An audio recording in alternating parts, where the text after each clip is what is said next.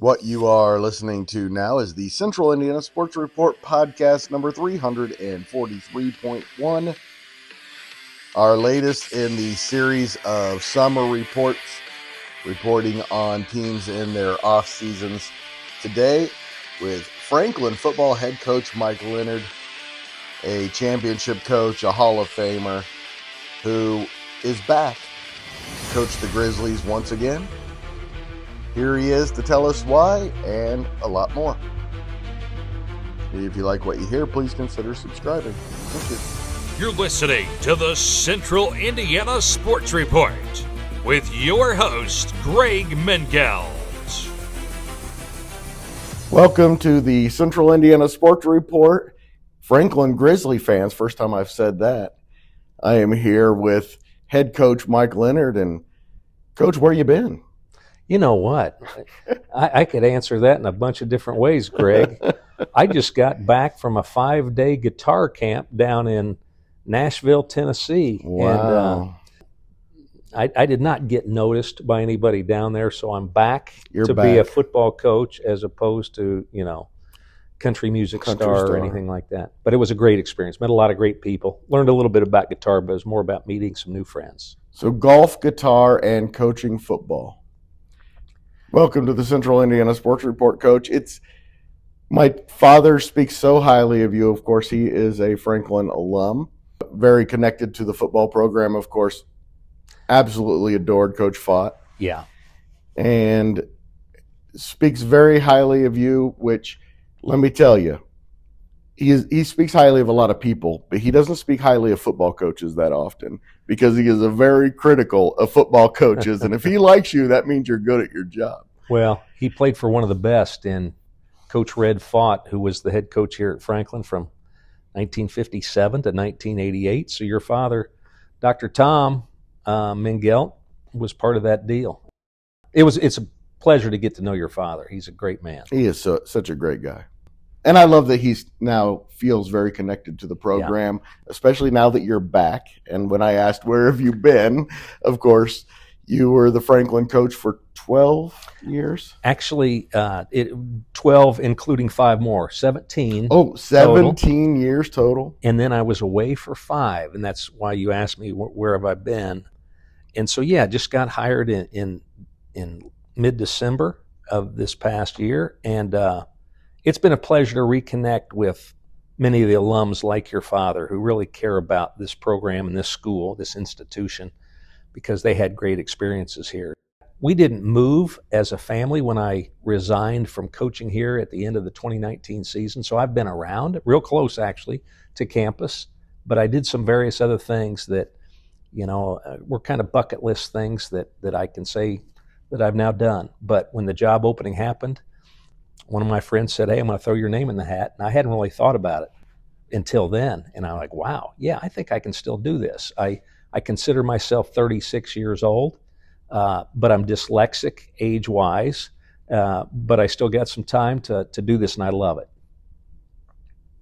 Absolutely. Did you think when you resigned your position 5 years ago that it was retirement from coaching football? Absolutely. This was not part of my plan to come back and coach tackle football. Within the 5 years that I was away, I got asked to coach unified flag football at Franklin High School. But that was fun. It was a blast. Did that for 2 years, and that was kind of my football fix. I got asked to be the streaming announcer for the high school games here at Franklin High School, and did that for at least one season, if not 2. I helped run some youth league games, being an administrator at those local youth league games. So I did some things within football. I also taught beginners how to play guitar. And I also, with a friend of mine, we ran a nonprofit to help boys without a father figure in their life. So those were the things that kept me active. I don't like the word retired. It just seems like you're sitting on a couch and watching TV or, going for easy strolls. I keep busy, and I love that. But this new job I've got, this coaching Franklin College football, is definitely going to keep me busy, and I love it. I bet. What's it been like since mid-December for you? Well, hit the ground running with learning the staff, and I didn't have to let any staff members go. I liked them all. I I knew that they would be good for what I wanted to do as the head coach. And so it was getting to know the staff. It was getting recruiting cranked up and bringing prospects to campus with their families all the way from 1st of January all the way through. And that's a bit of a late start. Through now. And it is a late start when you're the head coach, because nowadays the recruiting cycle gets ramped up a lot faster than it did in my early days as a coach.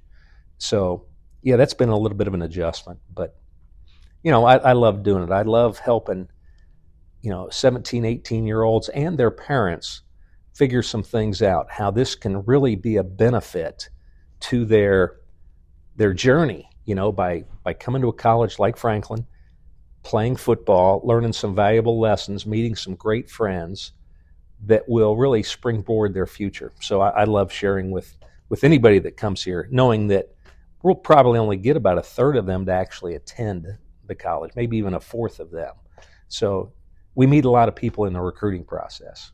Do you enjoy recruiting? Oh, if you don't, this should not be your profession. I absolutely love it, because I've been in their shoes as 17-year-olds, trying to figure out what's the next chapter of life, and I just love this level as well. Oh yeah, this level is awesome. I mean, Division III, NCAA Division III means we have no athletic scholarships. All of these young men are coming here because they love playing the game, not because they're getting, NIL money or contracts, for $100,000 to play. I mean, this is truly a educational experience. It's just part of the educational process. And I think anybody that plays athletics, whether it's junior high, high school, college, there's lessons that you can learn through these activities that you can't learn in a classroom. And we preach this, and it's true as I talk to business leaders, that they love hiring college athletes, because the college athlete has been through the discipline. They understand what it takes to win. They understand how to be a rolled teammate, where you have a role. You may not be the star, but you've got your role, and you have to own that role. And that's what I think people are looking for as they hire professionals nowadays. You were here 17 years and took the program. I don't know if it was new heights, because Coach Fott obviously set the standard originally, but to very high heights, as you might say. And it has unfortunately gone a different direction the last few years. Coming in and starting fresh, what should Franklin fans expect this coming season? I want anybody that comes and watches our games to enjoy the experience of the game day atmosphere that we have here. And as they watch the competition on the field, they're going to see the Grizzlies play with great spirit, great sportsmanship, great fight, and play the game that I believe the way it was meant to be played. And, it's tough. It's a tough game. It's a tough game for tough people from snap to whistle. But how you treat people after the play is over, whether it's the opponent, whether it's the officials, whether it's your teammates, I want that guy or that gal that comes to the game and doesn't even know anybody, on the field. I want them to come away inspired by something. They see a great play being made, and they see guys high-fiving without being derogatory toward the opponent. Sadly, you watch TV, and that's the way, unfortunately, you see a lot of bad along with some good. But I think people do what people see. Kids do what kids see, and I just want to be a good role model, and I want our players to be good role models for any youngsters that are watching us play. That is a fantastic aspiration. But the question I'm asking you is, when are the Franklin Grizzlies going to be a double-digit win team again? That's something that I cannot control right now. I can only control Obviously, you feel like you can do that again, or you wouldn't be back here. Well, that is the goal. And, I love the innocent climb. It's kind of fun taking over a program that, we're not terrible. Okay. Oh, no. And they were so close to winning a lot of games last year, but just lost a lot in the fourth quarter with some bad ball bounces or whatnot. But we can control what we can control. We can't control who our opponents are, and there are some good opponents in our schedule. So, I love this, like I was talking about, the slow, innocent climb where, it's building the mindset. A lot of people call it culture, whatever you want to call it. It's I'm the head coach, by the way. And so my role is to coach the head, okay, and the heart. Coach the head and the heart together. I'll let the strength coach take care of the muscles and all that stuff, and the offensive coordinator take care of the plays on offense, defensive coordinator, special teams coordinator. Everybody has their role of what they're in charge of. I'm the head coach. I'm in charge of the head and the mindset. And so that's the fun that I enjoy. And when you get that going great, and the heart going great, and the one heartbeat going great as a team, I think the wins will come, and the recruiting starts to happen better because people see that and it's like, man, Franklin's got it going on. I want to go check them out. And, from a facility standpoint, what we have is nice. Is what we have fantastic, great? No. Okay. There's many other programs that have facilities that would blow ours away.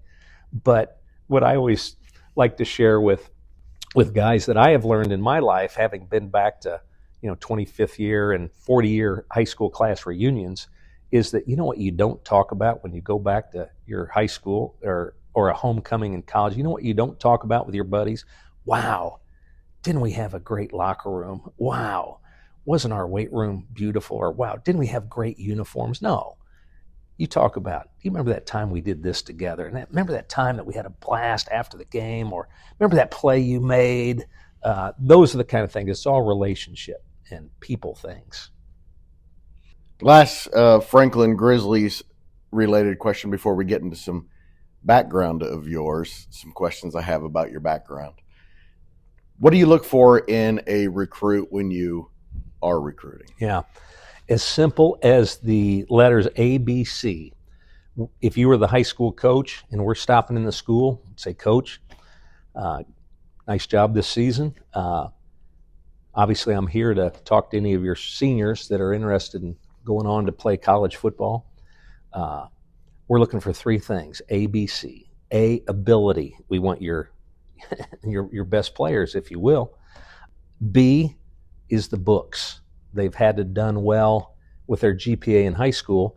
And I want guys that are truly interested in getting a college degree, because it's not going to be easy, okay? And then C, most importantly, is character, okay? I want good guys. Obviously, they're not perfect, and they've probably made a mistake or two in their high school career doing something, but they're good people. And those three things, Craig. How hard was it to become a Grizzly? And by the way, every day is a great day to be a Franklin Grizzly, right? That's right on. How difficult was it to become the head coach after playing at Hanover? Not at all hard. Oh, you didn't even look at the colors a little and go, oh. No. Franklin I visited Franklin when I was in high school, and I was a quarterback. And Franklin at the time had some phenomenal quarterbacks, Steve Ray went on to have some NFL playing time, Pat Brennan as well. And those were guys, from the late 70s, early 80s that were here. And it was tough. So long story short, Franklin is a place that I've always admired. And Hanover is a place that I ended up going to school and also coaching there twice. So yes, they're natural rivals because the schools are so similar. But to become a head coach, those jobs just don't come along very often. And I didn't really go searching this job out. I was jesting a bit. I know you were. I didn't really search this job out. I was very happy being an offensive coordinator, thinking that was going to be the rest of my life. But when I got the call from Coach Prather, who's now President Prather at the time, to come up here and interview for the job, I thought, yeah, I'll do that. So anyway, it's been great. Both great institutions, educational institutions, Franklin and Hanover. Did you, by any chance, know Woody Harrelson? Absolutely. Woody was a year ahead of me in school down there in the 80s. and not great friends, but in the same dorm. Yeah. Oh, yeah? Yeah. He's one of my favorites. I just absolutely think he's the best. Great career and individual mindset, that he has. How shocking was it to see him show up on Cheers all of a sudden? Yeah, it was a prideful thing knowing, hey, I know that guy when you see somebody on TV. Yeah. Also, in your background, you grew up in Speedway. You must be an IndyCar fan, though. Absolutely. Love it. Sit in the fourth turn, Northwest Vista, one of the greatest seats. And it's in people's DNA that grew up in that town. Well, I'm from Elwood, and it's in our DNA. Well, I can't imagine what it's like in Speedway. You're a Hoosier. That's right. It should be.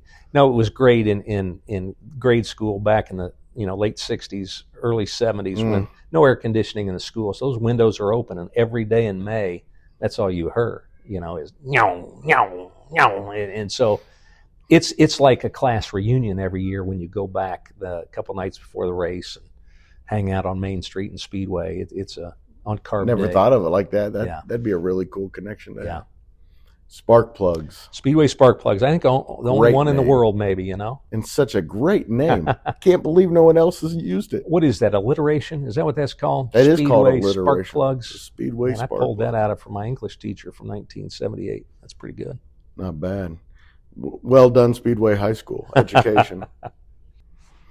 All right, tell me about your family life and wife, children. Sure. So speaking of Speedway High School, I met a gal who sat right in front of me in U.S. history class junior year, and then we started dating the summer before our senior year. And Susan and I got married, and great wife in that, long story short, one of the things why she's a great wife is that I got offered a job on an elevator in Atlanta, Georgia, to coach football in Tokyo, Japan. And I called her up and told her about this, and she said, Mike, when I promised to marry you, what would have been 6 years prior, she said, I promised you that I would follow you anywhere you wanted to coach football. But then she follows it up with, I meant the continental United States. Japan never seemed like an option. But actually, we moved to Japan twice. She moved, basically, the family, twice. We also have 2 children, son Bart and daughter Emily. Emily was actually born in Tokyo in the mid-'90s. So, really proud of our family. We've got some additions. I have a daughter-in-law now to our son, Kayla, and then our daughter Emily married one of the Franklin College football players that I coached here, and they now have a son. So we have. How awkward was that? We had not awkward at all. Okay, it was awkward. It was probably awkward for him. I imagine. Yeah. Oh my gosh, I'm asking out the head coach. Anybody else? But we have a grandson who was born during the national anthem of the Super Bowl. So that's kind of a claim to fame of mine. As a football guy. No kid. Which Super Bowl was it? It was the Super Bowl where the Bengals lost to the Rams. Yeah, so I should say the Rams beat the Bengals is how I should say it. Yeah, 3. So he's 3.5 years old. So whatever year that was, 2022, and February of 22. Never forget that. I know you have a University of Alabama connection. Any chance the Bart is named for Bart Starr? He is named for Bart Starr, and it wasn't so much Alabama as the Green Bay Packers. In the mid 60s, late 60s, when I first found out about football, the Packers were rolling in Super Bowl 1 and 2, and that's my first memories of football. And I just loved Bart Starr. Wrote him that letter like most kids did back in the day. Hey, you're my favorite player. Can you please send me an autographed picture? Sure enough, boom. 2 weeks later, there's the autographed picture. And then, sadly, I wrote a bunch of other of those letters. Hey, you're my favorite player. And I have probably 20 of those things, from football to basketball to baseball. But Bart was the first one. And just to have a firstborn being a son, I was able to talk my wife into calling him Bart. Yeah. Not a football guy. My son is not. But he loves football. But he was not, an athlete per se. But he's a great artist. Fantastic artist. What kind of artist? Well, visual. He took to the tattoo world, and he owns a couple tattoo shops. And another prideful thing, he named it Great Day Tattoo, and because I'd always come in as he's getting ready to wake up, go to school, I'm like, hey, come on, wake up. It's a great day to be alive. And so he kind of took that great day mantra and made it as part of his own. Every day is a great day to be alive. Amen. I mean, that's the alternative mindset. It's mindset. I mean, I've got a brother-in-law and just got out of intensive care, and he'll be in a bad way for the, probably the rest of his life. And I think about it every morning as I get up. I'm not going to complain about a little ache I've got in my shoulder or whatnot. I'm up and I can do whatever I want, So everything is mindset. Everything is attitude. And that's what I try to convey to the team. Coach, thank you so much for your time. I hope we can do it again. Absolutely, Greg. It's been my pleasure to do this interview and to finally meet you after hearing about you for so long. Tell your father I said hello. Will do, of course. Hey, Dad, Coach Leonard says hello. Thank you so much to Coach Leonard for joining the Central Indiana Sports Report. Seriously, quite an honor to be able to spend some time with him. Not only a great football coach, but from every account, a great guy, and certainly enjoyed getting to know him a little bit. And thank you so much for listening. Please do us a favor and share this podcast with your friends and family, even strangers, if that's something you feel comfortable doing, or even your mortal enemy if you want. Let them know that the Central Indiana Sports Report is here, and we are talking about Central Indiana sports every single day. Appreciate it.